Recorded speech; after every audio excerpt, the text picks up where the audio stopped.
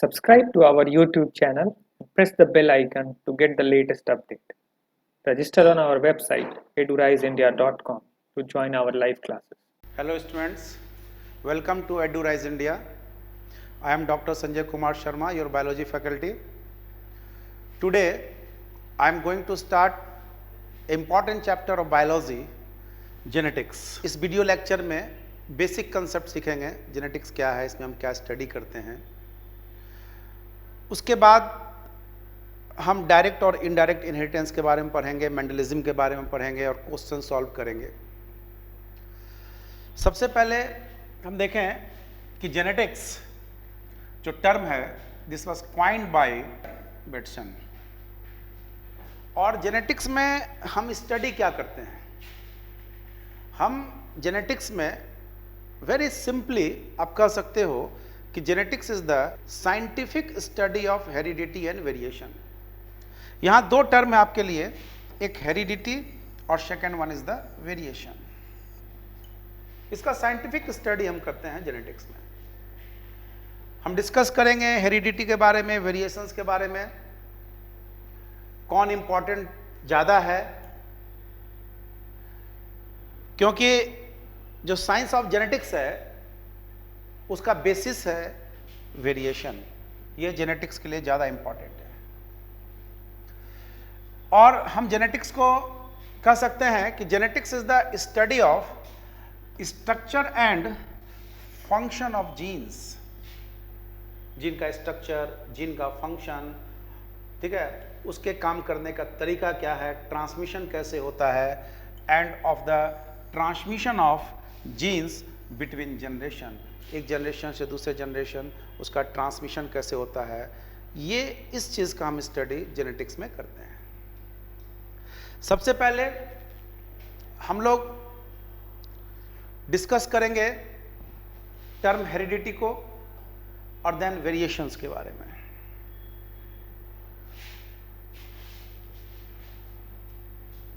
Heredity, heredity means what? Similarity. Similarity. It is the cause of similarity between individuals. जैसे आप कहते हो कि brother and sisters of the same parent resemble each other, तो यहां पर आप सिमिलरिटी बता रहे हो, दैट मीन्स हेरिडिटी को रिप्रेजेंट कर रहे हो। आप जनरल भाषा में, जनरल बोलचाल भाषा में भी आप कहते हो कि लाइक बिगेट्स लाइक। किसको रिप्रेजेंट कर रहे हो? हेरिडिटी को रिप्रेजेंट कर रहे हो। लेकिन यहां एक बात ध्यान देने वाली बात है कि हेरिडिटी में जो तुम कह रहे हो कि लाइक बिगेट्स लाइक या brother and sister resembles each other, जिस हेरिडिटी को रिप्रेजेंट कर रहे हो, तो लाइकनेस, यहां जो लाइकनेस जो है, likeness doesn't mean complete identity. Likeness का मतलब ये नहीं है कि बिल्कुल आइडेंटिकल कॉपी हो, इसमें भी वेरिएशन होगा। That is why brother and sister do resemble with each other, still a unique individual. उसके बाद भी दो यूनिक इंडिविजुअल से दो डिफरेंस है दोनों में, दैट इज उसमें वेरिएशन है। सो आप सिंपली जेनेटिक्स को, बहुत लोग डिफाइन करते हैं सिंपली जेनेटिक्स को बोल देते हैं साइंटिफिक स्टडी ऑफ हेरिडिटी। अगर आपने हेरिडिटी कह दिया तो हम समझ जाएंगे कि जहां हेरिडिटी होगा वहां वेरिएशन भी होगा, क्योंकि विदाउट वेरिएशन, अगर वेरिएशन की चर्चा नहीं होगी तो साइंस ऑफ जेनेटिक्स का कोई मीनिंग नहीं रह जाएगा। सो हेरिडिटी क्या है? Is the cause of similarity between individuals. अब इसको डिफाइन कैसे करते हैं? The process of transmission of characters from one generation to the next generation. एक जनरेशन से next generation, transmission of character, the process of transmission of character from one generation to the next generation is the heredity. Heredity में, heredity के concept को समझना बहुत typical नहीं है। वो तो सिमिलर कैरेक्टर का ट्रांसमिशन हो गया है, लेकिन टिपिकल है वेरिएशन, जिसका कि रोल है, वेरिएशन का रोल है इवोल्यूशन में, डाइवर्सिटी में। इसीलिए जेनेटिक्स में ज्यादा इंपॉर्टेंस वेरिएशंस का होता है। हम डिस्कस करें next variation. Variation means what? Differences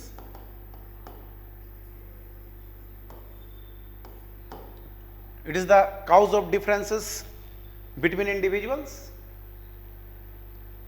उसका कारण है हम देखेंगे वेरिएशन में, हम जेनेटिक्स में देखेंगे वेरिएशन का कारण क्या है, क्यों कैरेक्टर सिमिलर नहीं गया, उसमें चेंजेस कैसे हुआ, उसका प्रोसेस क्या है, चेंज होने का प्रोसेस क्या है, किस कारण से उसमें चेंजेस आए हैं, और it is the degree by which the progeny differs from its parents. It is the foundation of diversity of all life. इस अर्थ पर जो डाइवर्सिटी का जो फाउंडेशन है वो ड्यू टू वेरिएशन ही डाइवर्सिटी है, वेरिएशन के कारण ही इवोल्यूशन हुआ है। और फाउंडेशन ऑफ इवोल्यूशन हम बाद में डिस्कस करेंगे, हम बाद में पढ़ेंगे कि वेरिएशन जो है ये कंटिन्यूअस वेरिएशन और एक डिसकंटिन्यूअस वेरिएशन, मतलब स्मॉल डिफरेंसेस, और डिसकंटिन्यूअस मतलब लार्ज चेंजेस, ज़्यादा लार्ज वेरिएशंस। इसको हम वेरिएशंस को अलग से हम आगे डिस्कस करेंगे। तो यहां पर हमारा कंक्लूजन क्या निकल रहा है? The basis of science of genetics, the basis of science of genetics is not the heredity, but the basis of science of genetics is the variation। Clear? Next है कि हम जेनेटिक्स में, हमारा जो जेनेटिक्स है ये रिवॉल्व अराउंड द डीएनए, वो DNA के इर्द गिर्द घूम रहा है। जिस जगह पर जहां डीएनए होगा वहीं जेनेटिक्स होगी। Genetics revolve around the DNA. इस डीएनए, जहां डीएनए है वहीं जेनेटिक्स है, जहां डीएनए नहीं होगा जेनेटिक्स नहीं होगा। क्योंकि आप इस डीएनए के बारे में जानते हो और हम लोग मॉलिक्यूलर जेनेटिक्स में पढ़ेंगे भी कि ये डीएनए मेरा प्रोग्राम मॉलिक्यूल है।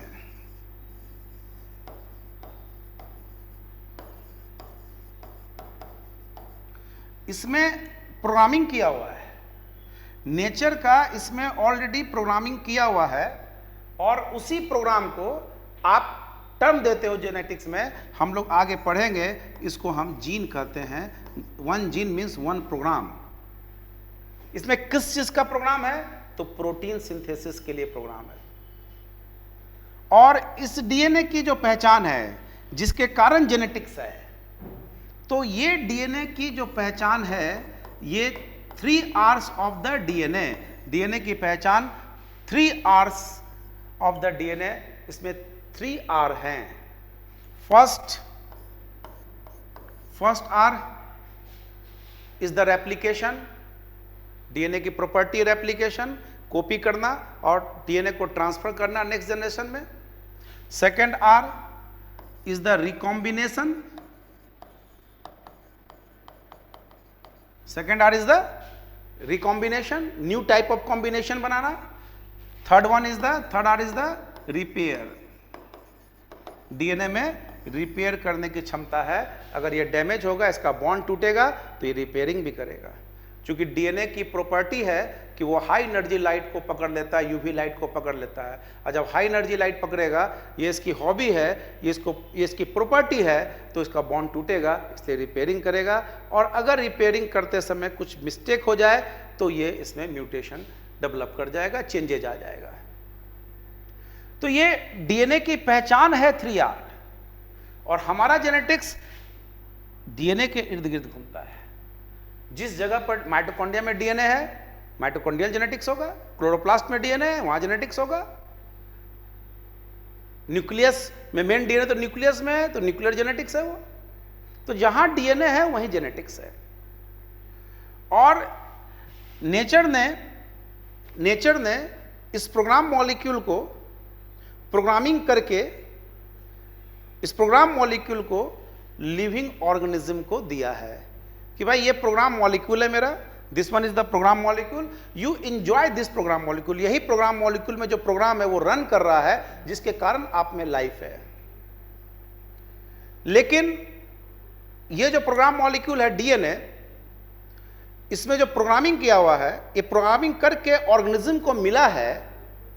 आप पढ़ोगे इवोल्यूशन में केमिकल ऑरिजिन ऑफ लाइफ, तो ऑर्गेनिज्म को जो दिया है उसके देने के पहले एक उसने कंडीशन रख दिया है, एक कंडीशन रखा है कि आप इस प्रोग्राम को एंजॉय करो, लेकिन मरने के पहले इसका कॉपी करके नेक्स्ट जनरेशन में ट्रांसफर करना है, देन डेथ होना है। इसलिए इसी को आप कहते हो रिप्रोडक्शन।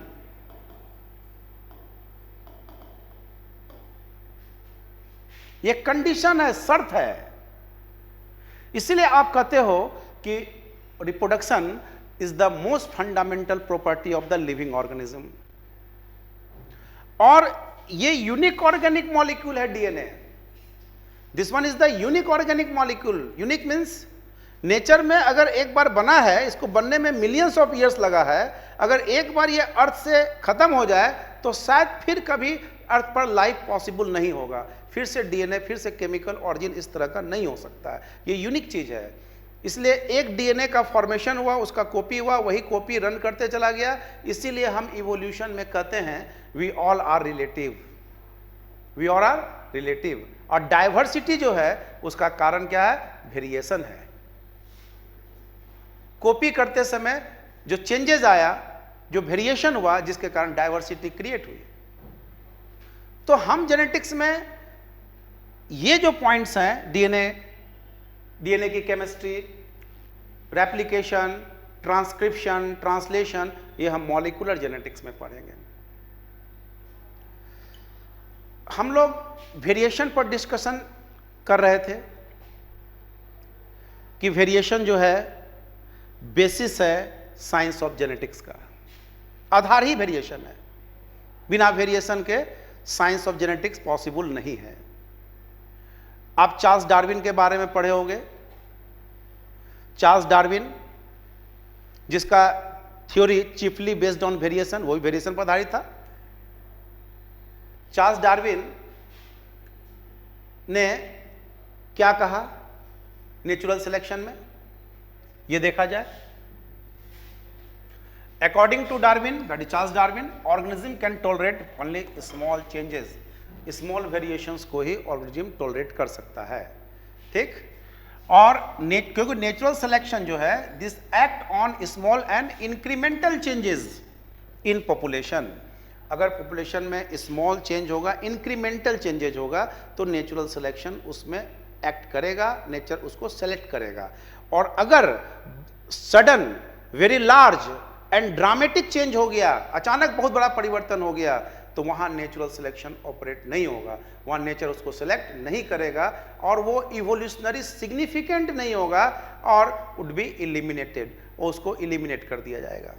ये आप डार्विन का थ्योरी, चार्ल्स डार्विन का थ्योरी आप पढ़े होंगे, सुने होंगे।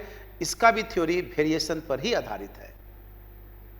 यहां देखिए आप, sudden and dramatic inherited changes in a phenotype are not evolutionary significant because they would be quickly eliminated by the natural selection.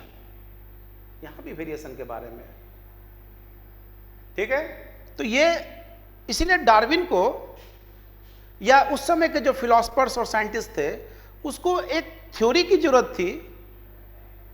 वो एक थ्योरी की खोज में थे जो इस बात को डील कर सके कि यह स्मॉल इंक्रीमेंटल चेंजेस होता कैसे, प्रोसेस क्या है उसका। Incremental means what? Incremental changes means what? Increment, आप सुने होंगे कि सैलरी इंक्रीमेंट कर गई, इंक्रीमेंट हुआ सैलरी में, 10,000 सैलरी थी, 2,000 इंक्रीज हो गया, 12,000 हो गया। इंक्रीमेंटल स्मॉल चेंजेज है, ठीक है। इंक्रीमेंटल चेंजेस इस तरह से चेंज होना चाहिए, जैसे 10%, 5% इंक्रीज हो रहा है। अब ऐसा नहीं होना चाहिए कि 10,000 सैलरी है और 10 करोड़ हो गई, ये इंक्रीमेंटल चेंजेस नहीं हुआ। ऐसा होगा तो हो सकता है जिसकी हो गई वो पागल हो जाए, उसमें चेंजेज आ जाए और वो नेचुरल सिलेक्शन, मतलब समाज उसको सिलेक्ट ना करे। ये एक प्रैक्टिकल एग्जाम्पल हमने आपको इंक्रीमेंटल्स के बारे में दिया कि इंक्रीमेंटल चेंजेस का मतलब क्या है। तो डार्विन भी वेरिएशन की बात करता था। तो स्टूडेंट्स, आपको यह समझ में आ गई होगी कि जेनेटिक्स में वेरिएशन का इंपॉर्टेंस क्या है। हेरिडिटी और इन्वायरमेंट में हम रिलेशन बताते हैं क्या है। अगर कोई क्वेश्चन पूछे, if someone ask question which is more important, heredity or environment, so this question is meaningless because both are absolutely necessary. So ये देखें, heredity and environment, इसका क्या है? देखिए कि most characteristics are the result of heredity and environment, or both are necessary, दोनों ही की जरूरत है। क्यों? इसको भी आप एक एग्जाम्पल से समझ सकते हो। जैसे आपका बॉडी हाइट है, तो हाइट जो करेक्टर है वो इनहेरिटेड करेक्टर है, इसका इनहेरिटेंस होता है, ठीक है। तो यदि कोई सपोज करो कि कोई टॉल मैन है, या टॉल एंड हस्की कर देते हैं, हस्की मीन्स मस्कुलर, कर्कस, स्ट्रॉन्ग, ठीक है। तो may produce tall and husky son. क्यों? जीन फॉर द टॉलनेस, ठीक है। अगर इसका ट्रांसमिशन हुआ होगा सन में, टॉलनेस का जीन सन में गया है, कैरेक्टर का ट्रांसमिशन हुआ है, तो वो सन भी टॉल होगा, नहीं वो गया तो नहीं होगा। तो may produce tall and husky son, ठीक, क्योंकि हम मान रहे हैं कि जीन का ट्रांसमिशन हुआ है, ठीक है, उसके सन में ये जीन गया है। लेकिन अब सोचो, if that son is feed on nutrient which is deficient in vitamin and minerals which is required for the normal development of the bone, bone के नॉर्मल डेवलपमेंट के लिए जो उसको मिनरल्स चाहिए, विटामिन चाहिए, उसकी कमी है उसके फीडिंग में, ठीक है। तो भले उसके पास जीन हो टॉलनेस का, बट ह्यूमन स्टैंडर्ड के अनुसार वो ड्वार्फ ही रह जाएगा, क्योंकि proper development of skeletal system नहीं हो पाएगा। तो जीन के एक्सप्रेशन के लिए, अगर जीन गया तो उसके एक्सप्रेशन के लिए एक प्रॉपर इन्वायरमेंट भी चाहिए। इसलिए यहां मैं कह रहा हूं कि heredity and environment both are essential, दोनों ही जरूरी है, बोथ आर एब्सोल्युटली इसेंशियल, ठीक है। इसीलिए देखिए point, the elements of heredity, जो एलिमेंट्स ऑफ हेरिडिटी मींस क्या? Gene, program, can not express themselves without a suitable environment, बिना सुटेबल इन्वायरमेंट के वो अपने आप को एक्सप्रेस नहीं कर सकता है। आपको उसको इन्वायरमेंट देना पड़ेगा एक्सप्रेशन के लिए। ये हम लोग जैसे जैसे आगे बढ़ेंगे और आपको क्लियर होगा और आप डेप्थ में इस बात को सोच पाएंगे। या सेकंड एग्जांपल, एक जनरल एग्जांपल हम ले सकते हैं कि एक एक्सरे, ठीक है, आप एक्सरे ले रहे हो किसी पार्ट्स का, आपका मशीन बिल्कुल सही है, आप एक्सपोजर सही हुआ,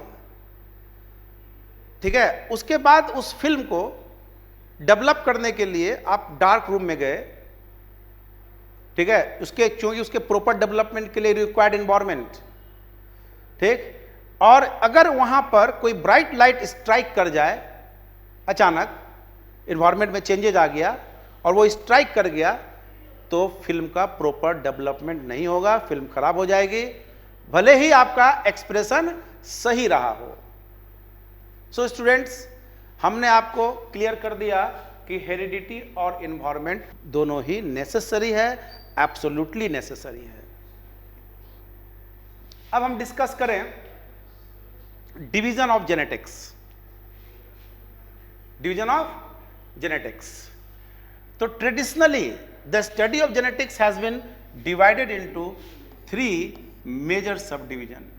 ट्रेडिशनल बात कर रहे हैं, not modern genetics.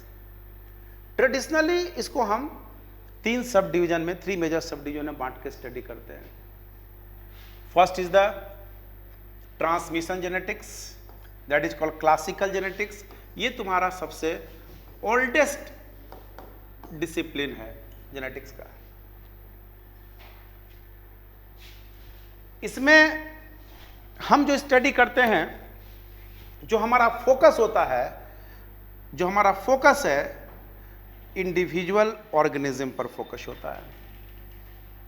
How an individual organism, एक individual organism inherits its genetic makeup, अपने जेनेटिक मेकअप को, ये जेनेटिक मेकअप जो उसका है दैट इज डीएनए, ठीक है। How individual organism inherits its genetic makeup and how it passes it to the next generation, और नेक्स्ट जनरेशन में वो कैसे पास आउट करेगा, उसका जेनेटिक मेकअप एक जनरेशन से दूसरे जनरेशन में कैसे पास आउट होता है।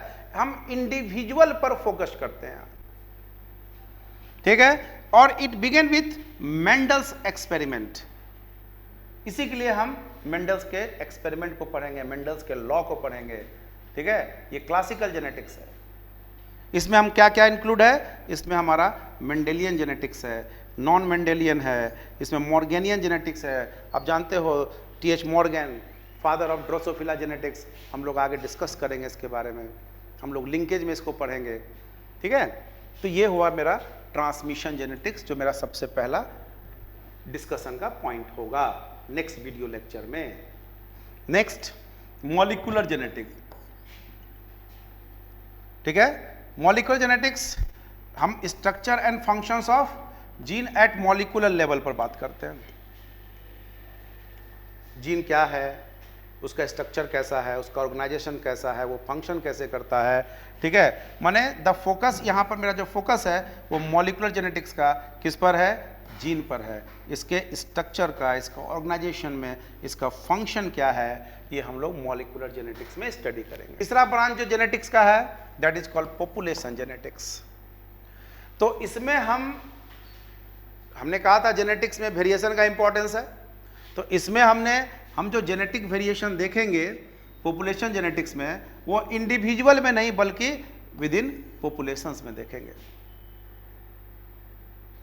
और it is fundamentally the study of evolution, एक तरह का यह इवोल्यूशन का स्टडी है, ठीक है।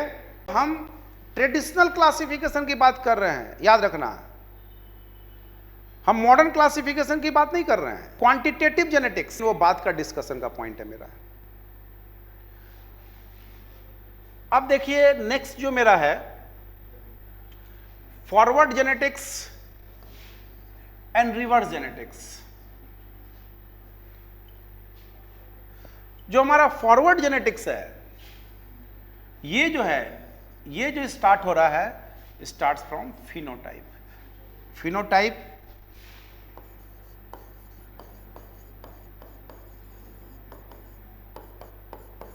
इसमें नोन है, और यहां से आप identification of gene, that is आप किधर जा रहे हो, जीनोटाइप की तरफ। आपका जीनोटाइप अननोन है। अगर फिनोटाइप नोन है और आपका जीनोटाइप अननोन है, तो उसको जानने के लिए हम फिनोटाइप टू जीनोटाइप अगर ट्रेवल कर रहे हैं तो this is called forward genetics. आपका जो क्लासिकल जेनेटिक्स है जो पढ़ रहे हो वो फॉरवर्ड जेनेटिक्स है, मेंडेलियन जेनेटिक्स फॉरवर्ड जेनेटिक्स है।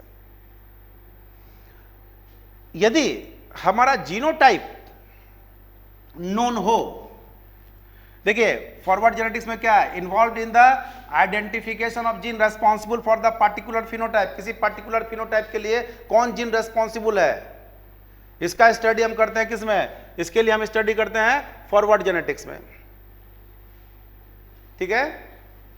और आप बात करते हो रिवर्स जेनेटिक्स, तो रिवर्स जेनेटिक्स में क्या है, तो it begins with the genotype. कहां से शुरू होगा, जीनोटाइप, और किधर चलेंगे, फिनोटाइप की तरफ। ठीक है, it begins with the genotype, मतलब आपका जीनोटाइप क्या है, नॉन है। ठीक है, और and proceeds to the phenotype by altering the sequence और बाय इनहिबिटिंग इट्स एक्सप्रेशन। इधर बढ़ेंगे किधर की तरफ, फिनोटाइप की तरफ, इसके एक्सप्रेशन को रोकने की कोशिश करेंगे और देखेंगे कि उसका इफेक्ट क्या होगा। ये टिपिकल जेनेटिक्स है, रिवर्स जेनेटिक्स थोड़ा सा मोर टिपिकल है, मॉलिक्यूलर अप्रोच है ये आपका। इसमें से एक स्टेटमेंट आपको मिलेगा एनसीईआरटी में रिवर्स का, उसमें आपको मिलेगा आरएनए इंटरफेरेंस, एक पॉइंट मिलेगा जिसको हम डिस्कस करेंगे, उस समय हम आपको रिवर्स के बारे में बताएंगे भी और डिटेल बताएंगे। हमने आज बेसिक कॉन्सेप्ट्स के बारे में डिस्कशन किया। अगले वीडियो लेक्चर में हम डिस्कशन करेंगे डायरेक्ट इनहेरिटेंस, इनडायरेक्ट इनहेरिटेंस का मीनिंग क्या हुआ, डार्विन का जो पेंजेनेसिस का जो कंसेप्ट है उसके बारे में बताएंगे, प्री फॉर्मेशन थ्योरी मतलब अर्ली थ्योरीज के बारे में बता के हम फिर मेंडलिज्म में आएंगे। Subscribe to our YouTube channel and press the bell icon to get the latest update. Register on our website eduraisindia.com to join our live classes.